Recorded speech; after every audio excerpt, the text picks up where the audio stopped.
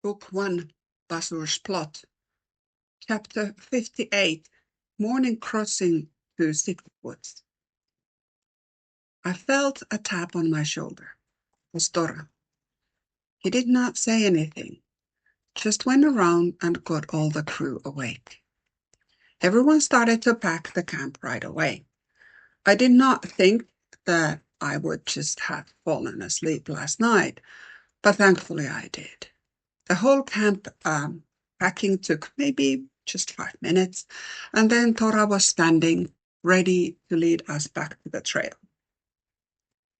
It was still very dark, but Tora did not have any cape on, so he shined like a beacon, showing us the way.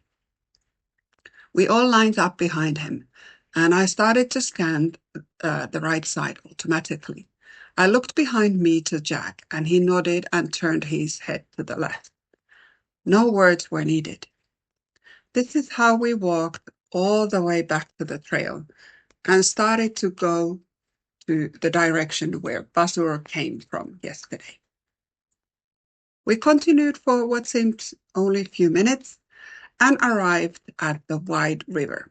Thankfully, this morning we did not find any cursed ones. The river was maybe a little bit wider than the others, but I could still see the other side of the river. I was looking for a good place to help others be magic transported. I really don't know what to call this, but Myria said that it was very old magic and it was not really common anymore to know this magic traveling. That is why the Myriads, were so surprised that Bazur had learned it. Myriads knew that fairies had it also. So it made sense to them that now I was able to magic travel. I was very grateful that I got the skill from Fairy Queen herself. Myriad had been impressed since Fairy's ability to energy shift was more faster and powerful than what Bazur was doing with the wand.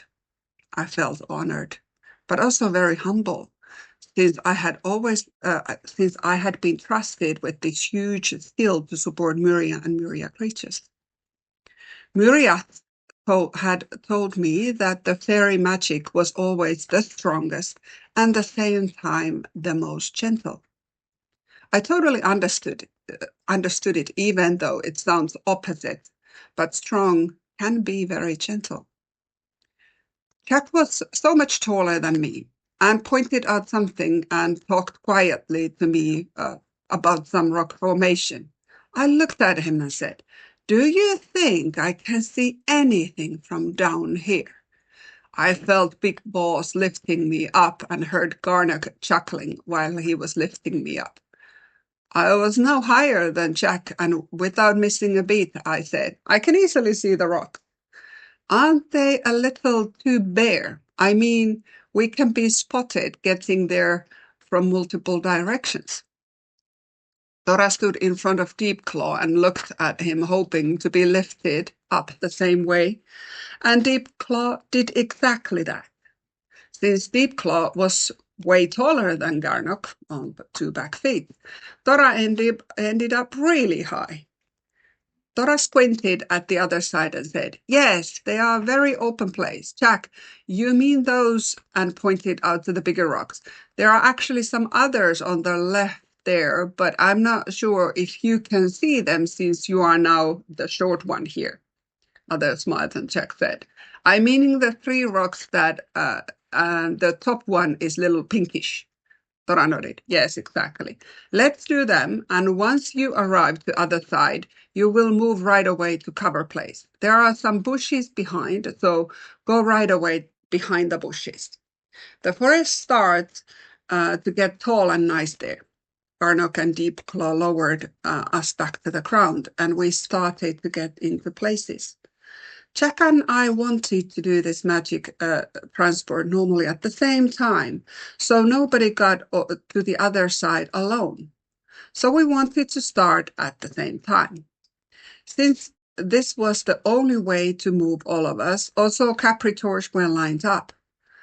After a couple capritors in line was Stonehide and Deepclaw, whose job was to ensure the safety on the other side. Garnock and Varnock, the other two Morburns, were the last ones before me and Jack here on the fifth wood.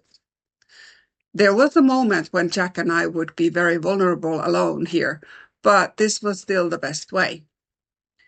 Tico was the first one in my line. I looked at his eyes. A thought came to me that on Earth this amazing creature was my beloved dog, Tico.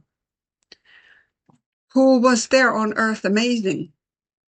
But this Myria creature, Capritor, he was something extremely wonderful.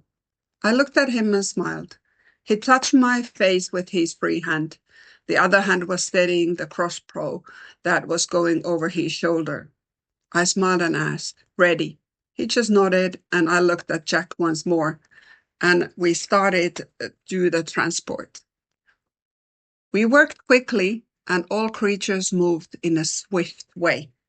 The dim morning was turning more and more lighter by the minute. Dora had gone already in the third transport behind Morburns. I guess he was arranging the breakfast for everyone.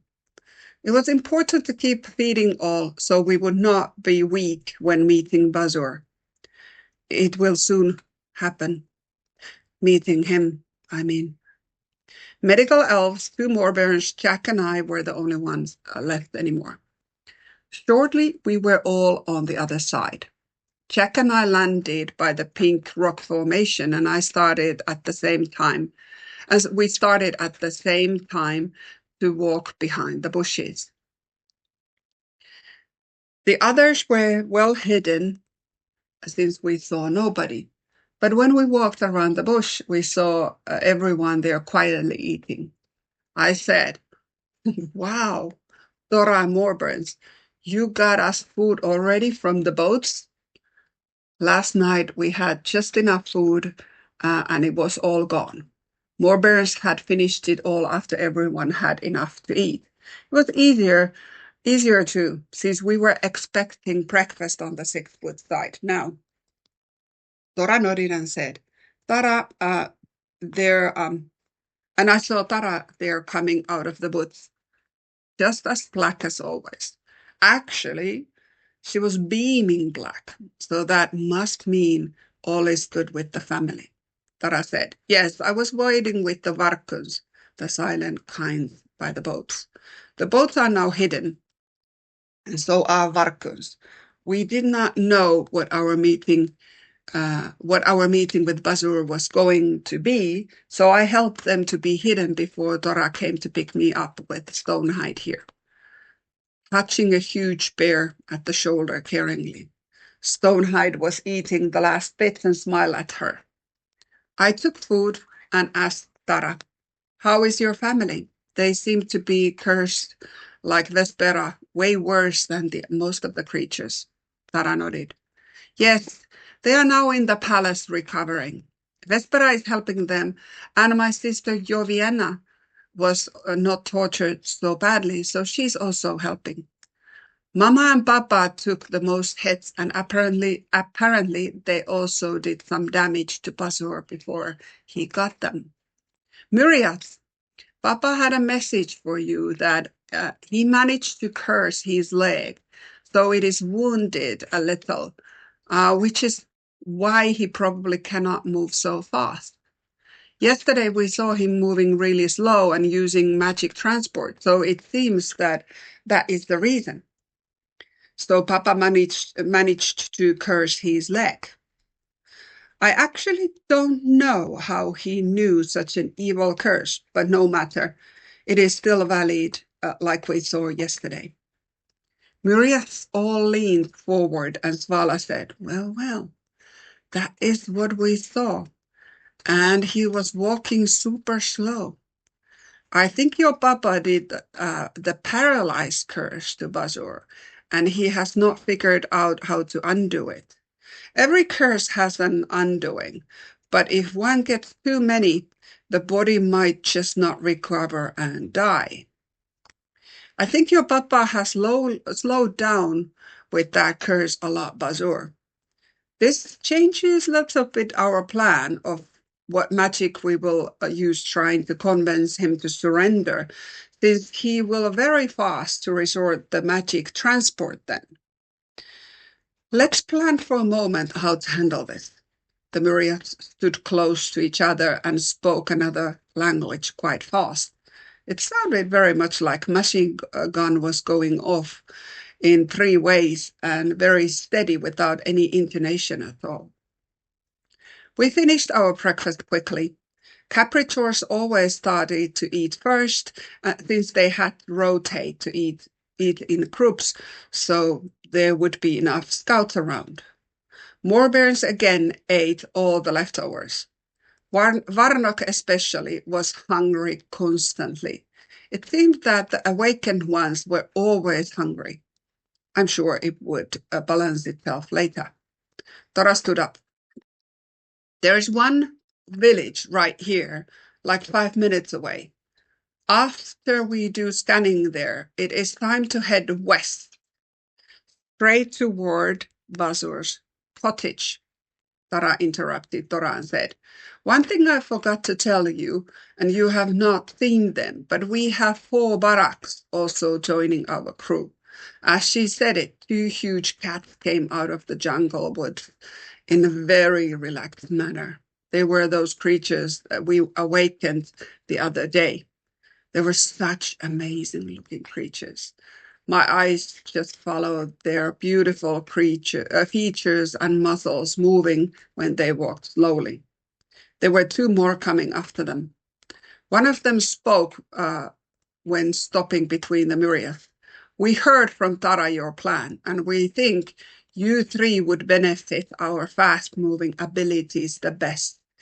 You are the most vulnerable and in a very important position to stop him." Eirik looked surprised, but just for a second, and his face lit up and said, "Yes, that's true.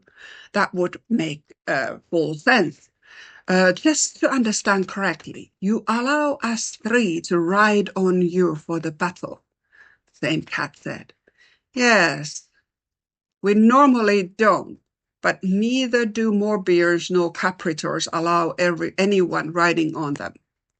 So we thought we would help, since there is no faster creature existing in Myria who can also jump high to the tree if needed to get away from magic wand reach. There's just one thing that you are going to need to be able to hold on and do your magic at the same time." Erika said, "Yes, if we fall off, we fall off. The main thing is then we just improvise. It will be hard to stay on, but better not to tie or something, since that will also hinder our counter reactions, whatever Bazur will do." This was superb. Those cats, wow. They were so amazing, big and strong. They were at least double of the size of the earthy big cats, like tigers. Impressive, I have to say.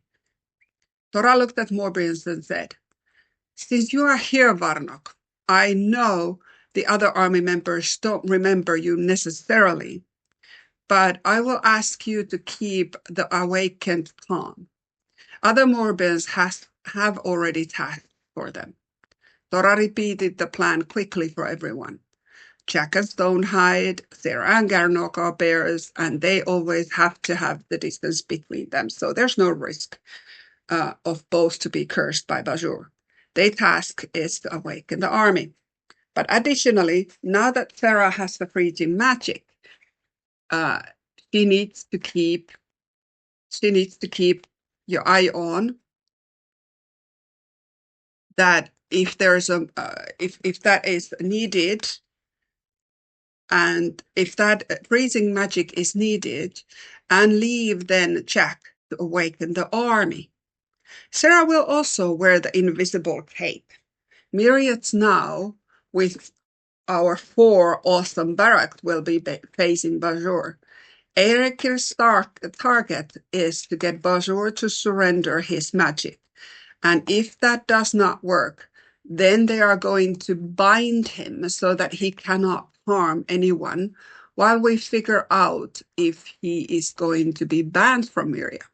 White Goddess will need to decide that. We don't have flickering Gulkins here anymore, since it's too dangerous for them.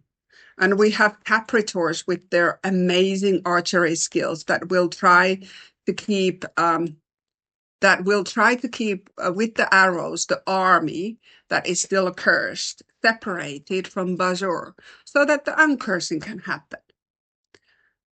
Tara and me, we will do our own magic. I will be under the magic cape so that you will not see me at all, since I shine everywhere. And Tara melts with the shadows so well that you will actually not see either of us. He continued. When the battle is over, and if we are not with you, you need to obviously search for us if we got cursed and changed to stones or such. And then we have potentially left some awakened ones from the village or the trails. Those we will need to transport back to the boats before leaving, so none of them are with us when we go toward the Bazur's cottage. We still need to check it out regardless what happens in the battle or where the battle happens. Medical elves and any awakened ones will be with Varnok in the bushes. So Varnok keeps them all safe, and when army folks are getting woken up, you guide them away from battle somewhere nearby that is safe for elves to be and medicate them. One of the barracks said, the beautiful black cat with almost blue eyes shining against a black fur, interrupted Tora said. I don't have anyone riding on me. I come and protect the medical elves too. When Varnok goes to guide them to us, I make sure the 4 medical elves are safe from any unexpected awakening happening or external threat. Tora explained. Oh, that's great. I was not sure how we would keep them safe. That's great. I looked at the medical elves and I saw the relief in their eyes. This was clearly better news. Tora looked around. I think I mentioned everyone and we all have a clear task. We were all looking at each other, but nobody spoke. So the plan is clear then. That was today's chapter. Let me know what you thought and if there's anything unclear. Post your question below and comment otherwise if you wish. And I will see you in the next chapter, right back at here. Bye.